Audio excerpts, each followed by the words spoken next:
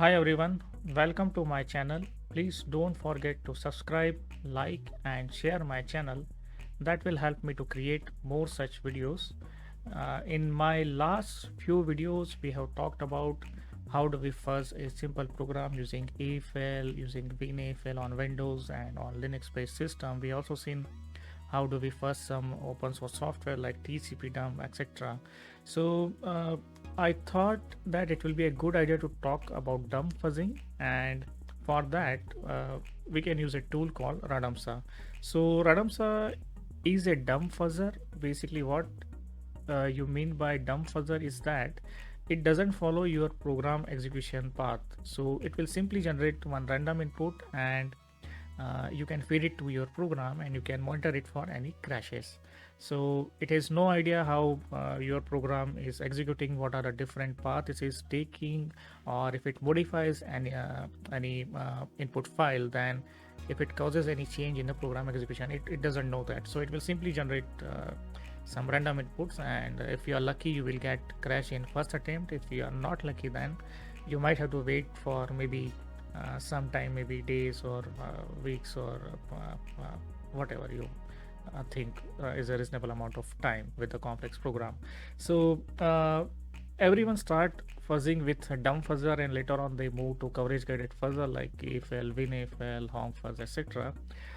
But since I already covered all this fuzzer, all the coverage guided fuzzer in my previous videos, I thought let me cover a simple dump fuzzer in this video. So in this video we are basically going to see how do we install Radamsa, how do we use it to fuzz our damn vulnerable C program, which we have been fuzzing in our past few videos using different fuzzers. So let's see what kind of output we get with that. And let's start. So first thing we need to do is that we need to install Radamsa. I already have it installed on my system, but I will show you how do we install it. So you need to go to this site, that is gitlab.com /akihe/radamsa. So this is the GitHub repository for Radamsa, and what you need to do over here is that you need to simply clone this Git repo, and when you click on the clone button, you can see that there are two options like clone with SSH and clone with HTTPS. So if you are behind some VPN, then SSH will not work, and so you can use HTTPS. So we can simply copy this URL, and we can use our git clone command, that is Radamsa URL. So you will notice that in my case I have already cloned this URL, but in your case, if you have not clone this repo, then you can simply type this command, that is git clone, and the URL for Radamsa.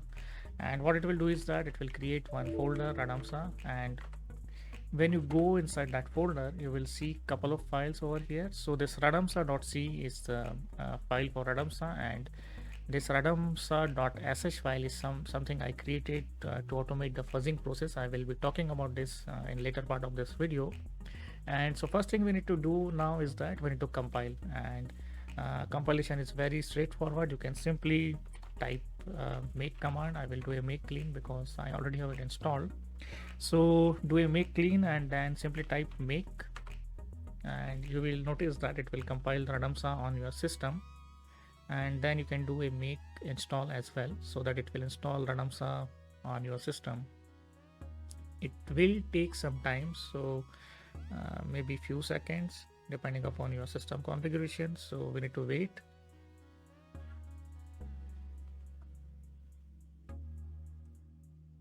And so you can see that Radamsa has been compiled on our system, and now what we can do is we can type sudo make install. That will install Radamsa in our user bin directory, so we can run it from anywhere. So let's try running that. Radamsa 111. Sorry, it expect one file name as a this thing. So what we can do is that we can try this command, that is echo img, and we will give this output to Radamsa. And you will notice that it has changed our provided string, that is img, to some different string. So it has added some different random character over here. So the thing is that every time you run Radamsa, it does something random. So it will modify that provided input with some random character. Like in this case, you can see another some random character is came, like it has repeated am, and then it has added some random characters over here. Let's run it one more. You will notice that it is changed I to H, and so every time you run, you will notice it performs some random operation on the input. Like in this case, it is uh, cloned img couple of times, and then it has made some changes in the second img tag over here. And let's run it for few more times and just observe the behavior. So you will notice that it is completely random. There is no predefined behavior over here. So if you are lucky, if you use Radamsa to fuzz your program, then if you are very lucky, then you might get crash within few seconds. If you are not lucky, then it might take hours or weeks or days to get a crash if your program is very complex. So now what I'm going to do is that I'm going to show you the damn vulnerable C program. For the people who are following my videos, you may already be comfortable with this program, but for the people who are new, who recently started watching my videos, I'm going to show you what is this program. And so I have created a very simple C program to explain various concepts related to fuzzing. And what this program does is that it has a main function, and it calls another function, that is process image function, with the provided input. So this program expects one input, that is a file, and then it simply calls this process image function, which opens this file, and then it tries to read the data from the file in a specified structure that is of type image over here. So this image structure contains various fields. As you can see, it has one header which is of 4 bytes, and its type is of character. Then it contains width and height, which is of type integer, and it has data which is of 10 bytes and which is of type character over here. And later on, once it reads the data from the file, like over here you can see img header, img width and all. So it performs various operation on these fields, like it will add width and height over here, and then it will get some value, and it will allocate the memory for that value. So if you are familiar with vulnerability hunting, vulnerability analysis, then you will notice that there is a classic integer overflow issue over here. When you add two integer values, and if the output is more than the value which an integer variable can hold, and it will truncate the data. So if you want to know more about this, then I will suggest you to go and watch my previous videos where I have discussed all about this in details. So you can go and watch my previous videos on my channel. Then you can see that in the newly allocated buffer, it tries to copy some data over here using memcopy. So all these are unsafe memory copy calls, and it contains a lot of vulnerabilities. Like there will be a heap buffer overflow here, because if buffer size is small, and if you try to copy like image.data which is of 10 bytes over here, then it will cause some crash in your program, particularly when you compile it with async and undefined behavior. Then you will notice this there are double free vulnerabilities, then there is use after free, there is integer underflow, divide by 0, out of bound read and write, etc. over here, memory leak. So it contains a lot of vulnerabilities, and I thought it is very helpful for the people who are simply starting with the vulnerability hunting or with the fuzzing stuff. So I use this program to show different fuzzing related concepts. I fuzz this program using AFL, WinAFL on Windows, HongFuzz. I also created one Windows DLL which contains this code. So if you want to know how to write WinAFL harness, you can probably go through that DLL, and I have another video for that which you can see. So I will not take much time explaining this program. Now that you have a basic understanding of this program, what we are going to do is that we will compile this program with address sanitizer and undefined behavior sanitizer, and then we will fuzz it using Radamsa fuzzer, and we will see what kind of crashes we get out of that. So let's compile that, and for compilation we will use a very simple command, that is gcc imgread.c, that is our source file name. Then there is option fsanitize is equal to address and undefined. So what this option will do is that it will enable address sanitizer as well as undefined behavior sanitizer for our compiled binary, so that we can figure out we can find the crashes more easily. Then -o and imgread underscore radamsa. So this is our output file. So let's simply compile that, and okay, the compilation has been successful here, and we can verify it if the executable has been created by simply typing the file name. Okay, so as you can see, it gives a message. So our compiled binary is working fine so far. Now we need to generate some sample input which radamsa can fuzz.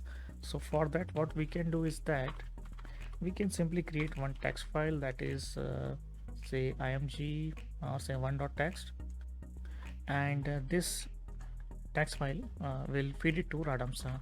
So we need to create one directory, let's call it in. So this in will contain all the input file. In my case, I already created that file, so I will simply delete everything from in.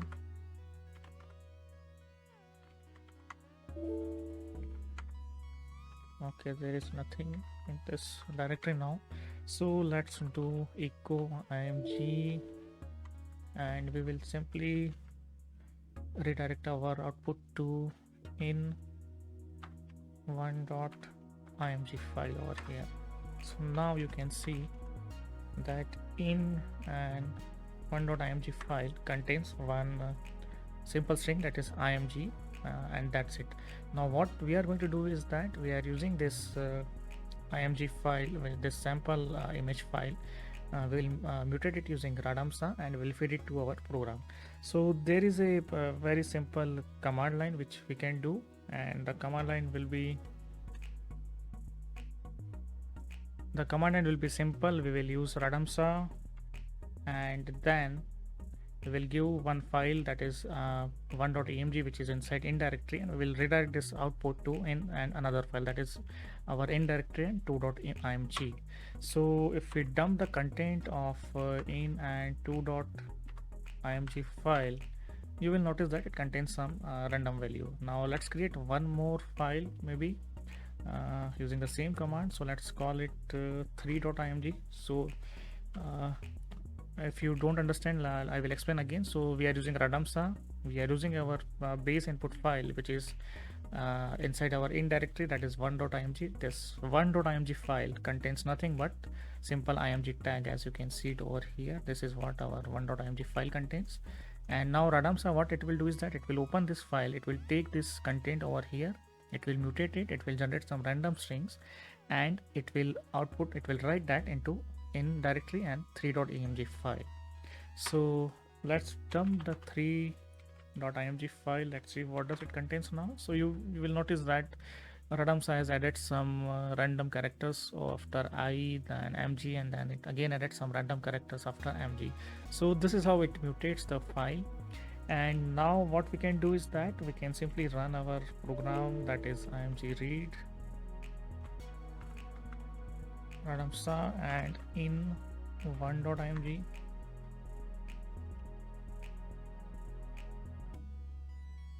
Sorry.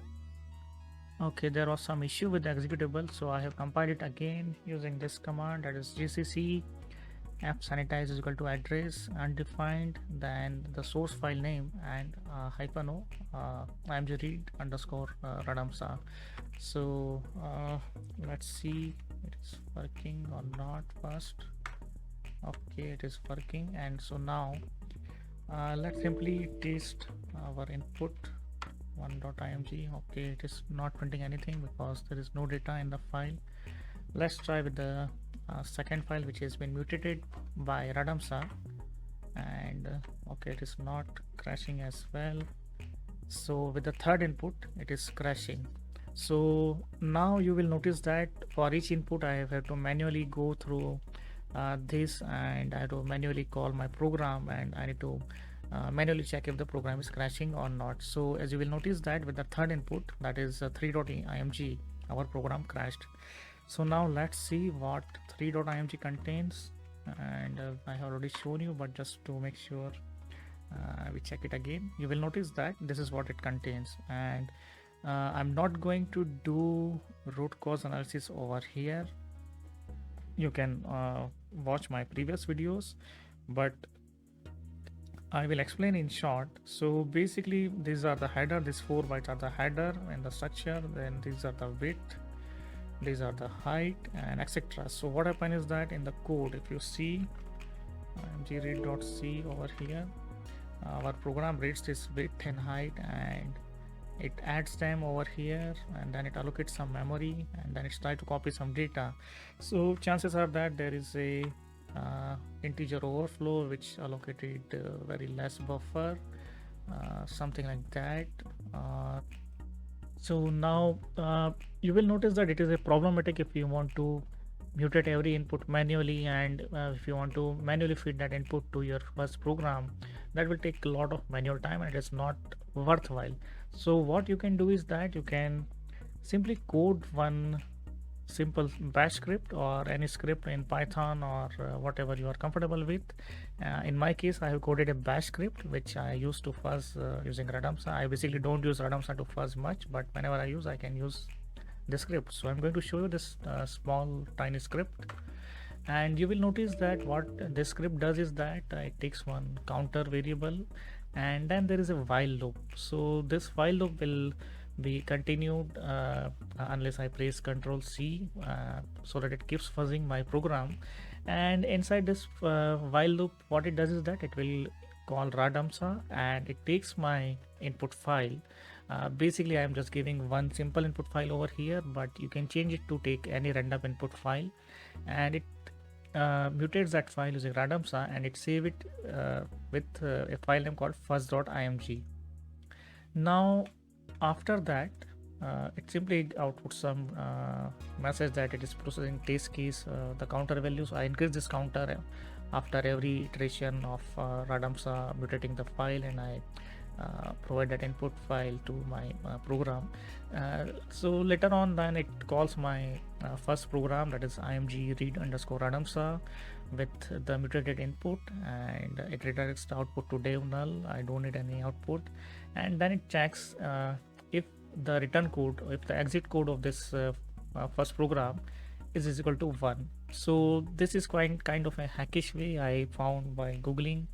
What it does is that if our program has crashed, then the return code will be 1. So this basically dollar question mark, it checks for the return code, and if it is 1, it means that our program, which is img read underscore Radamsa, has been crashed. So it will simply display one message, that is echo crashed. So it will simply display this message, that is the program has been crashed, and it will also copy our first.img file, which is the mutated input over here. With it will add the counter variable over here. So basically the file name will be like fuzz, and the iteration number which has caused the crash.img, it will save it on the current directory, and it will again repeat the loop unless I press Ctrl C, or I cancel this execution. So this actually kind of a hackish way of running Radamsa, and I'm going to show you after by running this script. So it is radamsa.sh,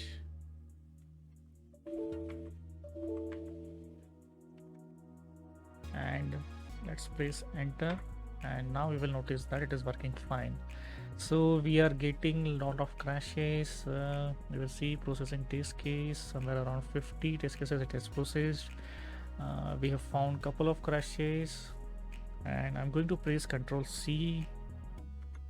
If I do ls over here, it has saved all my crashing test cases with their counter names. So this is a test case 115 which was crashed.